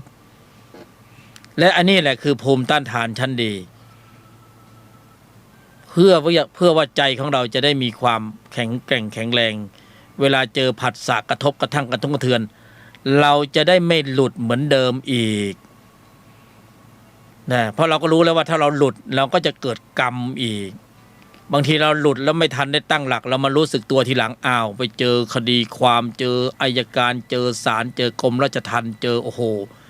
เรื่องราวมันยาวและเสียหายมากเพราะนั้นจะต้องเตรียมพร้อมสำหรับการจะเจอสถานการณ์ผิดเพี้ยนที่เราไม่ได้คาดคิดมาก่อนเนี่ยมันจะมีทั้งนี้ทั้งนั้นเราคุมในภายในของเราเตรียมพร้อมสำหรับการรับกระทบทางทวารต่างๆไม่มีใครช่วยใครได้นอกจากตนในภายในตนแลเป็นที่พึ่งของตนนะไม่มีใครช่วยใครได้จริงๆในสถานการณ์ตรงนั้นถ้าเราไม่มีองค์ความรู้ที่พร้อมสำหรับการฝึกมาก่อนเราจะหลุดนะหลุดนะผู้บรรยายก็หลุดพวกเราก็หลุดกันทุกรูปทุกนามหลุดแรกๆมันก็จะหลุดจากวาจาก่อนข้างในมันก็จะปฏิฆะขุ่นเคืองวาจาล่วงหล่นสเต็ปเนี่ยมันเป็นสเต็ปเดิมของจิตเก่าแต่ที่เรากำลังนำเสนอเนี่ยเป็นบรรทัดฐานใหม่คือเรากำลังจะทำการอัปเกรดหรือยกระดับจิตวิญญาณเราขึ้นสู่ความเป็นอริยบุคคลเพื่อให้พ้นจากแนวของวัฏจักรการเกิดแก่เจ็บตายคือพ้นรัศมีมาร คำมันเพราะดีนะพ้นรัศมีมารเข้าใจไหมเพราะมารเขาวางข่ายไว้อย่างเงี้ยไอเราหลงเข้าไปในข่ายเขาเองแล้วเราติดบ่วงเราเคยออกมาไหมสักครั้งหนึ่งไม่เคยออกเลยแม้แต่ครั้งเดียวมารชี้นำให้เราไปเกิดในภพต่างๆภูมิต่างๆเราก็ช่างนะเชื่อฟังดีเหลือเกินแล้วเราก็อนุรักษ์นิสัยของวัฏจักรไว้อย่างดีเด่น เพราะว่านิสัยตัวเนี้ยคือแรงขับเคลื่อนไปในวัฏสงสาร คือกำลังขับ ทีนี้เราใช้กำลังขับใหม่ที่เราจะต้องปลูกสร้างในขณะที่เรามีกายมนุษย์กำลังขับนี่คือกำลังก็คืออริยจิตพออริยจิตมีกำลังมากขึ้นขับทีเดียวเข้าแตะระดับโสดาบันเราปิดเกมเลยออกจากระบบปิดเกมออกจากระบบพ้นรัศมีมารนะโบกมือบายบายเลยมารคงไม่เจอกันอีกยาวเพราะแตะกระแสโสดาบันแล้วโบกมือบายบายมารเลยมารกวักมือกลับมาเถิดนะเอานางราคะนางตัณหานางอะไรต่างๆมาแก้ผ้ากระโดดโลดเต้นให้ก็เฉยอยู่ นะบัลลังก์มารกระเทือนนะทีเนี้ยนี่พ้นรัศมีมารแต่ในระหว่างที่อยู่ในวังวนเนี่ยมันออกยากหน่อยเพราะมันมีแรงดึงดูดสูงนะตัวสัมผัสเนี่ยแรงดึงดูดมันแน่นมันหนักหน่วงหนักแน่นมากสรรพสัตว์โอ้โหหลุดไม่ได้นะต้องใช้กำลังขับของอริยจิตด้วยเหตุคืออริยมรรคมีองค์8เป็นแรงขับมรรคเป็นเหตุอริยสัจเป็นเหตุโพธิปัจจยธรรมเป็นเหตุปรุงให้ได้พละที่มีกำลังพ้นรัศมีมารนี่พวกเรานะฮะชี้ไปที่ตนเองของตนเองเนี่ยไม่ต้องไปชี้ที่ใคร ตัวท่านเองนั่นแหละที่จะเป็นอริยะได้ในยุคนี้ทุกคนมีสิทธิ์หมดเลยนะไม่ได้ขีดกรอบเลยใครที่มีกายมนุษย์นะเกิดในยุคนี้มากันแรงๆมากันแรงๆแต่ว่าคัดท้ายให้ดีเถอะถ้าคัดท้ายไม่ดีเหมือนพันท้ายนรสิงห์นะไปชนโคนไม้เอาคัดท้ายให้ดีเพราะนั้นมันเล็กมากและสั้นมากกระชับมากมันไม่มีอะไรมากไปกว่ากำหนดควบคุมการแสดงออกในชีวิตประจำวันจำไว้ให้แม่นเลยนะกำหนดควบคุมการแสดงออกและย่อส่วนลงมาแบบไม่ต้องมาบ่นว่าเอ้าแล้วบรรยายมาเยอะแยะสรุปแล้วจะให้ทำอะไรกันแน่เนี่ยก็เอานี่ไปปฏิบัติเลยนะถ้ามันง่ายหน่อยก็นิ่งในไม่โต้ตอบโยนิโสเหมือนกันนิ่งในไม่โต้ตอบกำหนดหมายเลยและระวังข้อสอบให้ดีเสียหน้าเสียราคาเสียผลประโยชน์ไอ้ตัวเนี้ยโดนแน่นอนนะหรือไม่ก็โยนิโสมนสิการใช้สูตรสำเร็จเข้าไปเลยโยนิโสมนสิการยอมหยุดเย็นนิ่งในไม่โต้ตอบถ้าจะเน้นย้ำกันจริงๆก็2 ทุ่มถึง3 ทุ่มไม่พูดไม่โกรธไม่เห็นผิดอันนี้คือฟิกเวลาเลยกำหนดเวลากำหนดตายตัวเลยฟิกเวลา2 ทุ่มถึง3 ทุ่มกลางคืนจะดูทีวีก็ดูไปสิใครไปว่าอะไรยืนเดินนั่งนอนก็เดินไปสิจะกินข้าวทำอะไรก็ยกนะจะไขว่ห้างหรือจะนอนจะเอกเขนกยังก็ทำไปแต่ข้างในใจคุณจะต้องนิ่งในไม่โต้ตอบไม่พูดไม่โกรธไม่เห็นผิดขอวันละ1 ชั่วโมงฟิกเวลาล็อกเลยอันนี้ล็อกเวลาเลยนะถ้าขยันมากขึ้นก็ต้องเช้าก็ได้8 โมงถึง 9 โมงธุรธรรมในภายในครับในภายในนะไม่เกี่ยวกับธุรกิจภายนอกก็ทำไปสิอันนี้คือธุรธรรมในภายในธรรมที่นำเสนอเนี่ยที่พูดเนี่ยเป็นธรรมสภาวะในภายในมันเป็นเรื่องของในภายในล้วนๆมันไม่เกี่ยวกับภายนอกจะอยู่ในสีสันอะไรก็แล้วแต่นะไม่ได้กำหนดหมายไม่มีกฎระเบียบรูปแบบเพราะเป็นธุรธรรมในภายในก็ปรุงไปบริหารไปกำหนดควบคุมการแสดงออกไปดีซะอีกใครไม่รู้ว่าเราทำอะไรไม่รู้นะแต่ละคนกำลังกำหนดเจริญอยู่ในภายในไม่มีใครรู้เลยนะเพราะมันอยู่ข้างในไม่มีใครรู้จริงๆข้างนอกก็เฉยธรรมดาสามัญนะเราจะรู้ไงคนที่กำลังเก็บขยะอยู่เขาอาจจะเจริญกำหนดควบคุมการแสดงออกอยู่ก็ได้ใครจะไปรู้นี่ขับรถก็กำหนดเจริญได้ไหมก็ขับไปสิใครจะไปว่าอะไรขับไปแต่ข้างในใจต้องโยนิโสมนสิการยอมหยุดเย็นนิ่งในไม่โต้ตอบ ดีซะอีกเราจะได้ขับรถแบบมีสติมากขึ้นนะมาแล้วปาดหน้าพรวดเมื่อก่อนเนี่ยไอ้อีมึงกูไอ้อะไรอะ ช่วยเติมให้หน่อยนะมันขับรถปาดหน้าเป็นไงขึ้นพรวดพลัดพรวดพลัดเดี๋ยวนี้เป็นไงอ๋อขอบคุณครับที่คุณเป็นข้อสอบของผมถ้าคุณไม่ปาดหน้าผมจะไม่รู้เลยว่าผมหยาบขนาดไหนตอนนี้นึกแล้วขอบคุณเลยโอ้โหทำได้แล้วมันเกิดปีติเดี๋ยวจะเล่าตัวอย่างให้ฟังตัวอย่างหนึ่งตัวอย่างอันเนี้ยของจริงเลยก็เขาก็มารับสัจจะกับองค์ธรรมโสรัตกัสสปาอริยรัตโยแต่ตอนนี้องค์ธรรมผู้ให้แนวทางสัจจะนี้ตอนนี้ท่านล่วงการไปแล้วก็ได้เอาไปข้อเดียวเองนะสัจจะไม่โกรธ8 โมงเช้าถึง9 โมงเช้าแล้วก็โยนิโสมนสิการไม่โกรธไม่โกรธไม่โกรธทีนี้เขาขับรถเนี่ยชื่อคุณแสงเนี่ยชื่อคุณแสงบอกชื่อก็ได้คุณแสงขับรถไปในกรุงเทพหลังจากที่มารับสัจจะจากองค์ธรรมขึ้นธูปเลยกำหนดสัจจะไม่โกรธแต่ของผู้บรรยายนี่เติมไม่พูดไม่โกรธไม่เห็นผิดคือตอนหลังนี่ใช้3 ข้อเลยเพื่อล่อให้พละเคลื่อนกำลังออกมาถ้าไม่กำหนดอย่างเงี้ยพละไม่เคลื่อนกำลังเราคืออุบายวิธีอย่างเนี้ยเราทำให้พละในภายในเนี่ยเขาเคลื่อนกำลังออกมาคุณแสงก็ไม่โกรธข้อเดียวพอก็ทำ8 โมงเช้าถึง9 โมงวันนั้นขับรถไปทำงานในเมืองหลวงเนี่ยรถมันเยอะรถมันติดคงไม่เกี่ยวกับว่ากำหนดมัวแต่กำหนดเจริญสัจจะไม่โกรธแล้วก็ขับรถไปทิ่มตูดรถเบนซ์เขาให้ คือไปเฉี่ยวใส่รถเบนซ์คันข้างหน้าเนี่ยไปกับเจ๊เขากำลังไปกับเจ๊นี่ปรากฏว่ารถไปชนกับรถเบนซ์คันข้างหน้าก็ต้องจอดต้องเคลียร์นะครับรถในเมืองหลวงนะคือเขารับสัจจะไป3 เดือนคือกำหนดไม่โกรธ3 เดือนวันละ1 ชั่วโมงฟิกเลยล็อกเวลา8 โมงถึง9 โมงทุกวัน8 โมง 9 โมงเขาจะต้องสติระลึกไว้เลยว่าจะต้องไม่โกรธนะชั่วโมงนี้ห้ามทะเลาะกับเจ๊เลย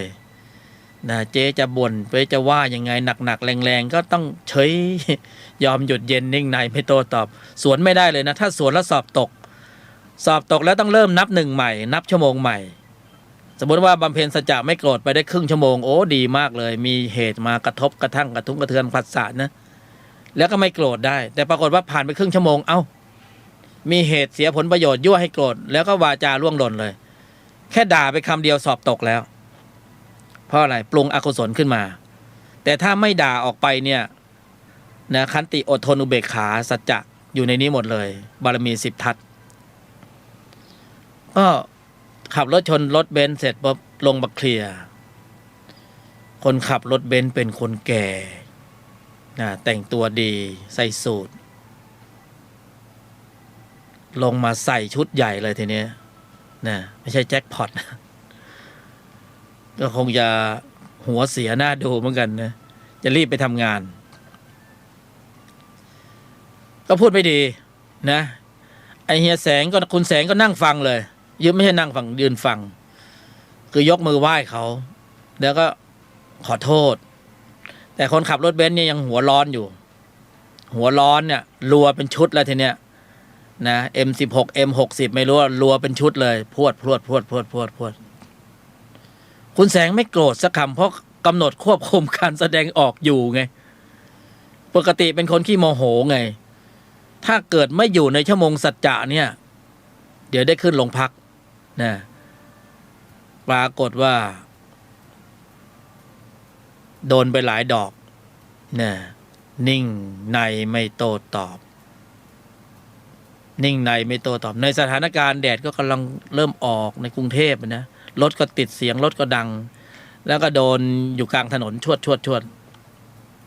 ทำนองว่าจะรีบไปทำงานคุณขับมาชนผมขับยังไงก็เลยโมโหก็เลยโดนด่าไปหลายค แต่ถ้าเป็นเมื่อก่อนนี่จะสวนไงแต่ทีนี้วาจาก็อยากจะสวนเอาแต่ก็ไปเจอด่านสัจจะไว้ก่อนโอ้ด่านทางใจนี่มันแรงคุมไว้ไม่ให้โทสะผ่านตั้งด่านไว้ก่อนอัดลมออกไม่ได้ไงก็นิ่งในไม่โต้ตอบเฉยแล้วก็ยิ้มแล้วก็กล่าวคำขอโทษยกมือไหว้เขาก็เคลียร์กันเรียบร้อยประกันมาเคลียร์จบเนี่ยเคลียร์จบแล้วถึงโทรมาเล่าให้ผู้บรรยายฟังปรากฏว่าคนขับรถเบนซ์เนี่ยมีอายุหน่อยเดินเข้ามาหานึกว่าจะโดนอีกสักชุด2 ชุดเขากลับมายกมือไหว้คุณแสงแล้วกล่าวขอโทษแล้วก็ทิ้งท้ายไปประโยคนึงว่าทำไมผมด่าคุณไปตั้งหลายคำคุณไม่เห็นตอบโต้ผมสักคำเลย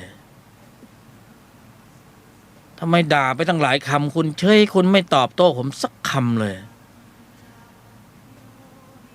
แค่นั้นน่ะแล้วก็ลากันด้วยดีเพราะว่าประกันมาเคลียร์เสร็จปุ๊บก็ต่างคนต่างแยกย้ายไปทีนี้ไอ้ชุดใหญ่ที่โดนเฮียแสงเนี่ยคุณแสงไม่เป็นอะไรเพราะว่าคุณแสงมีเกราะใส่เสื้อเกราะไว้คือเกราะคุ้มครองใจไว้ก่อนนะตัวโทสะไม่สามารถจะหลุดขึ้นวิถีจิตได้นะเพราะว่าพระควบคุมสถานการณ์หมดเลยศรัทธาความเพียรสติสมาธิปัญญาควบคุมสถานการณ์ของใจได้หมดในขณะที่กำหนดหมายสัจจะแต่ถ้าไม่ควบคุมไม่กำหนดหมายสัจจะนี่หลุดแน่นอนที่บังเอิญเจอด่านสัจจะเข้าให้ก็โทสะมันก็ไม่ขึ้นโดนยังไงก็ไม่ขึ้นไงก็กรองไว้ในใจนิ่งในไม่โต้ตอบนิ่งในไม่โต้ตอบนะเข้าหูซ้ายออกหูขวาไอ้คนที่โดนด่ากับไม่ใช่เฮียแสงแต่ว่าเป็นเจ๊ที่นั่งอยู่ในรถเฮียแสงก็ขึ้นไปบนรถเจ๊เธอก็สวนเลยไอเฮียหรือเป็นบ้าอะไรหรือเปล่าเขาด่าหรือตั้งหลายคำหรือไม่สวนสักคำเลยหรือไม่ตอบเขาสักคำเลยนะแกก็ยิ้มเพราะแกจะอธิบายความให้เจ๊บอกว่าบำเพ็ญสัจจะอยู่เนี่ยเจ๊คงไม่เข้าใจหรอกแล้วก็ทุกอย่างก็จบไปด้วยดีเหตุการณ์ตรงนั้นเนี่ยโอ้แกตื่นเต้นมากนะรีบโทรมาเล่าให้ผู้บรรยายฟังโอ้ดีจริงๆเลยผมมารับสัจจะไปไม่งั้นนี่ผมต้องทำอะไรบางอย่างละมั้งเพราะโดนด่าไปเยอะอันนี้คือของจริงนะเล่าสู่กันฟังเนี่ยคือสถานการณ์สร้างวีรบุรุษเนี่ยโลกสัมผัสสร้างอริยะเพราะฉะนั้นการกำหนดหมายควบคุมการแสดงออกเนี่ยมีอีกข้อหนึ่งที่ต้องคิดก็คือต้องกำหนดหมายควบคุมก่อนที่จะมีการกระทบสัมผัสทางทวารต่างๆคือเราจะต้องกรองเตรียมใจไว้เลยนะก่อนที่จะมีการกระทบสัมผัสทางทวารต่างๆอันนี้คือตนปฏิบัตินะและขณะสัมผัสและภายหลังจากสัมผัสเนี่ยก็คือกำหนดควบคุมการแสดงออกให้ได้ก่อนที่จะมีการกระทบสัมผัสขณะสัมผัสและภายหลังจากสัมผัสทางทวารต่างๆบางทีเราต้องนั่งนึกมโนภาพไว้เหมือนกันว่าถ้าเกิดว่ามีเหตุการณ์1 2 3 4เกิดขึ้นในขณะที่เสียหน้าเสียราคาเสียผลประโยชน์เนี่ยเราจะวางจิตวางใจเตรียมพร้อมไว้อย่างไรอย่างนี้ก็ต้องทำนะแล้วก็ต้องทำให้ได้บ่อยๆจนเกิดความเคยชินถ้าถึงที่สุดของความเคยชินเนี่ยพระมีกำลังมากขึ้นแข็งแกร่งแข็งแรงแหลมคมมากขึ้นเนี่ยอัตโนมัติธรรมจะเกิดปัญญาจะเกิดสภาวญาณจะเกิดความรวดเร็วของพระที่มีกำลังแรงขับในการตัดกระแสของวัฏจักรจิตเดิมนั้นมีความเร็วสูงมากนะเอาไว้พวกเราไปทดลองปฏิบัติแล้วพวกเราค่อยสัมผัสกำลังของพระในระดับนี้เองแล้วกันเพราะพระที่ผ่านกระบวนการในการฝึกในระดับชั้นของภาวนาสมถะเราก็ฝึกมาแล้ว แล้วถ้าเป็นพละที่ฝึกในกระบวนการของการกำหนดควบคุมการแสดงออกอันนี้พละจะมีกำลังแรงมากกว่าอีกระดับชั้นหนึ่งอันนี้ก็ให้พวกเราค่อยไปสัมผัสเอาเองแล้วกันเพราะนั้นอยู่ที่เราต้องสร้างชั่วโมงนะเราต้องสร้างชั่วโมงในเริ่มตั้งแต่ปัจจุบันขณะนี้เป็นต้นไปในขณะที่เรามีกายมนุษย์ซึ่งผลิตกำลังจิตที่มีองค์ประกอบด้วยกุศลในระดับชั้นนี้ได้นะนอกเหนือจากนี้เราจะไม่มีโอกาสอีกแล้วนะและโอกาสนี้เป็นโอกาสสุดท้ายโอกาสเดียวนะไม่แน่ว่าการฝึกกำลังของอริยมรรคเนี่ยในภายในเนี่ยอริยจิตที่มีกำลังสูงเนี่ยเข้าใจว่าเชื้อหวัดโควิดเนี่ยมันก็เป็นจิตชนิดหนึ่งนะมันก็คงจะเกรงใจอยู่หรอกนะถ้าเรามีกำลังของอริยมรรคหรืออริยจิตในภายในเนี่ยมันคงไม่หักมันคงไม่มาหักนะคงไม่มาหักกายมนุษย์ของเราง่ายๆหรอกมั้งเนี่ยมันน่าจะเกรงใจนะน่าจะเป็นจิตชนิดหนึ่งแต่ไม่รู้เป็นจิตแบบไหนนะมันกลายพันธุ์เปลี่ยนสายพันธุ์แล้วก็มันผสมลงตัวของมันออกมาเป็นกายภาพที่แปลกใหม่ในตอนนี้นะโควิด-19เนี่ยแต่อย่าถึงตรงนั้นเลยเพราะว่าเราพูดก้าวล่วงไปมันก็จะเป็นอุตริไปซึ่งมันก็ยังเพียงแค่วิเคราะห์ดูว่าถ้ากำลังจิตที่มีองค์ประกอบด้วยกุศลในระดับชั้นของมรรคเนี่ยปกติแล้วจิตทุกจิตแม้กระทั่งนรกจิตเปรตจิตอสุรกายจิตสัตว์เดรัจฉานจิตเนี่ยจะต้องสยบยอมต่ออริยจิตจิตทุกจิตที่เป็นชั้นอ่อนกว่านี่จะต้องสยบต่อชั้นละเอียดชั้นสูงกว่าเพราะฉะนั้นถ้าเป็นโควิด-19เนี่ยมันก็เป็นจิตตัวหนึ่งนะถ้าเรามีอริยจิตนะมันก็น่าจะเกรงใจเราบ้าง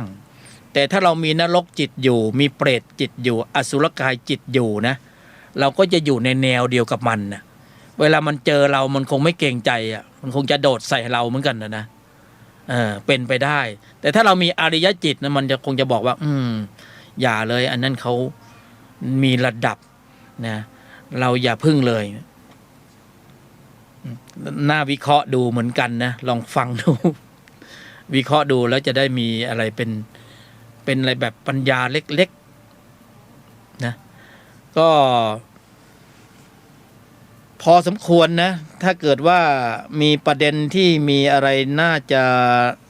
นำเสนอหรือสงสัยที่จะพอที่จะพูดคุยกันในรายการนี้ก็ยังพอมีเวลาผู้บรรยายก็จะเปิดสายให้แก่พวกเราได้หมุนสายเข้ามาตอนนี้เราใช้053-810-406นะถ้ามีความพร้อมที่จะนำเสนอก็เชิญได้053-810-406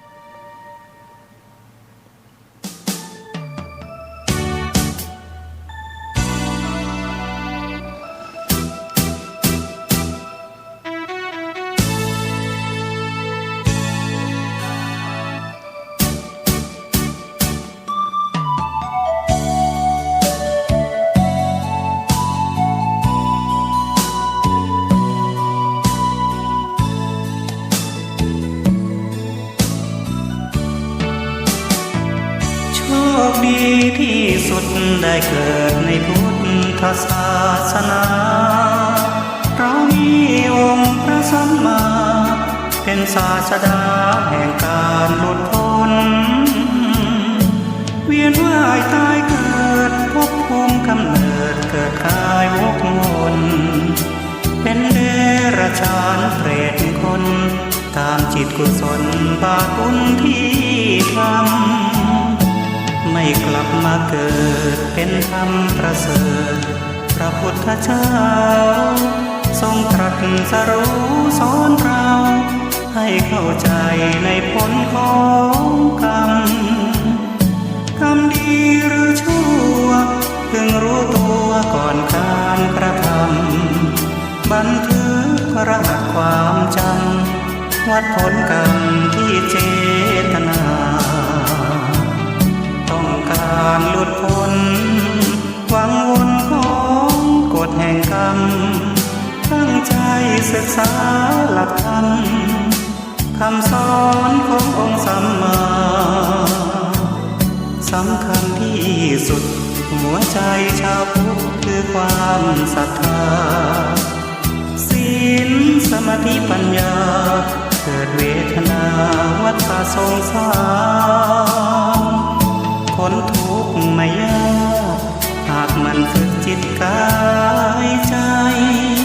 เห็นโลกโกรธหลงคือภัยมาสนใจสร้างบุญให้ทานสวดมนต์ไหว้พระเพียรภาวนาเข้ากรรมฐานตามองค์สัมโพธิญาณเห็นทางนิพพาน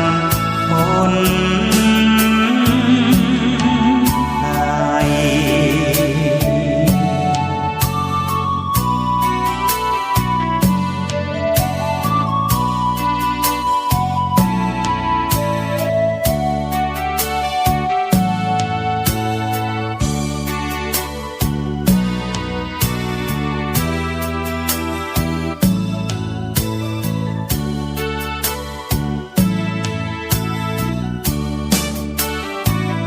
ต้องการหลุดพ้นหวังวนของกฎแห่งกรรมตั้งใจศึกษาหลักธรรมคำสอนขององค์สัมมาสำคัญที่สุดหัวใจชาวพุทธคือความศรัทธาศีลสมาธิปัญญาเกิดเวทนาวัฏสงสารพ้นทุกข์ไม่ยากหากมันฝึกจิตกายใจเห็นโลกโกรธหลงคือภัยมาสนใจสร้างบุญให้ทานสวดมนต์ไหว้พระเพียรภาวนาเข้ากรรมฐาน สัมผัสนอกมองในบริหารใจตนสัมผัสผลสู่ตนพ้นอบาย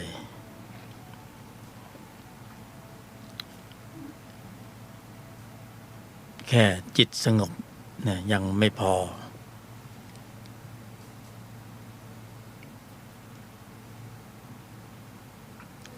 สถานที่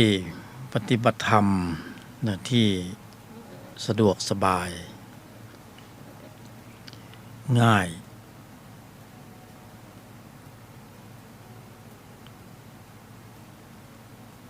แต่ก็ยากที่สุดนะก็คือในครอบครัว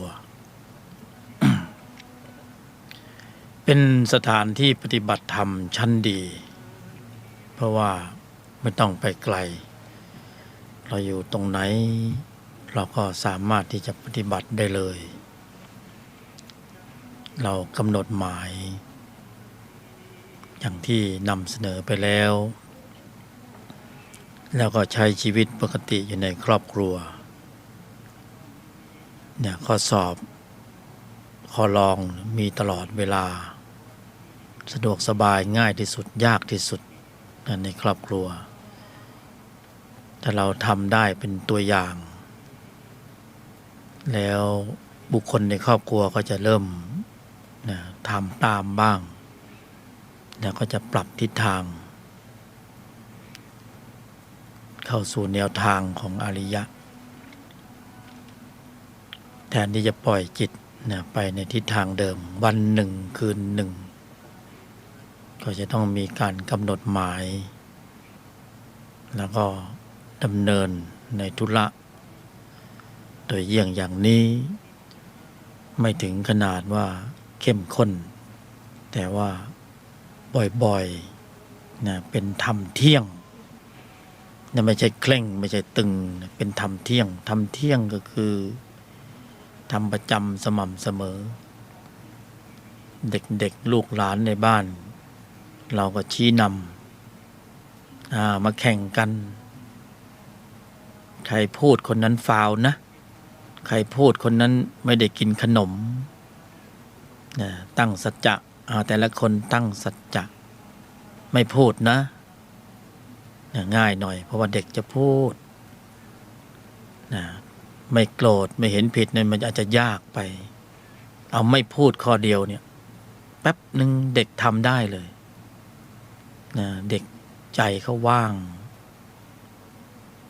สอนอะไรก็จำแม่นเผลอๆทำได้ดีกว่าผู้ใหญ่นะพอทำไปทำมาผู้ใหญ่เผลอเด็กก็มาเตือนผู้ใหญ่อันแน่หลุดแล้วเห็นไหมแพ้แล้วไม่ได้กินขนมสอบตกแล้ว เอาง่ายๆแบบเนี้ยในครอบครัว2 ทุ่มถึง3 ทุ่ม1 ทุ่มถึง2 ทุ่มอ้าวใครลองดูไม่พูด1 ชั่วโมงนะจะดูหนังฟังเพลงเล่นเกมก็ได้เล่นไปเถอะแต่ห้ามพูดอย่างเดียวนะเขาก็จะมีสติรอบในนะสติรอบในก็จะเข้ามากำกับสมาธิรอบในปัญญารอบในคอยควบคุมการแสดงออกอยู่ลึกๆในภายในตาเขาก็เล่นเกมมือก็กดไปแต่ว่าปากไม่พูดแต่บางคนเล่นไปเล่นไปก็ด่าไปพวกเนี่ยเคยเห็นเด็กคนหนึ่งเล่นแล้วเครียดเลยในคลิปวิดีโอคว้าอีโต้ไล่ฟันแม่มันก็มันมาโกงหนูก็มันชนะหนูแพ้มันนะก็มันเป็นเกมอันนี้คือเกมซ้อนเกมแล้วก็เกมเหมือนกันเกมไม่พูดแต่เป็นเกมมักดัดนิสัย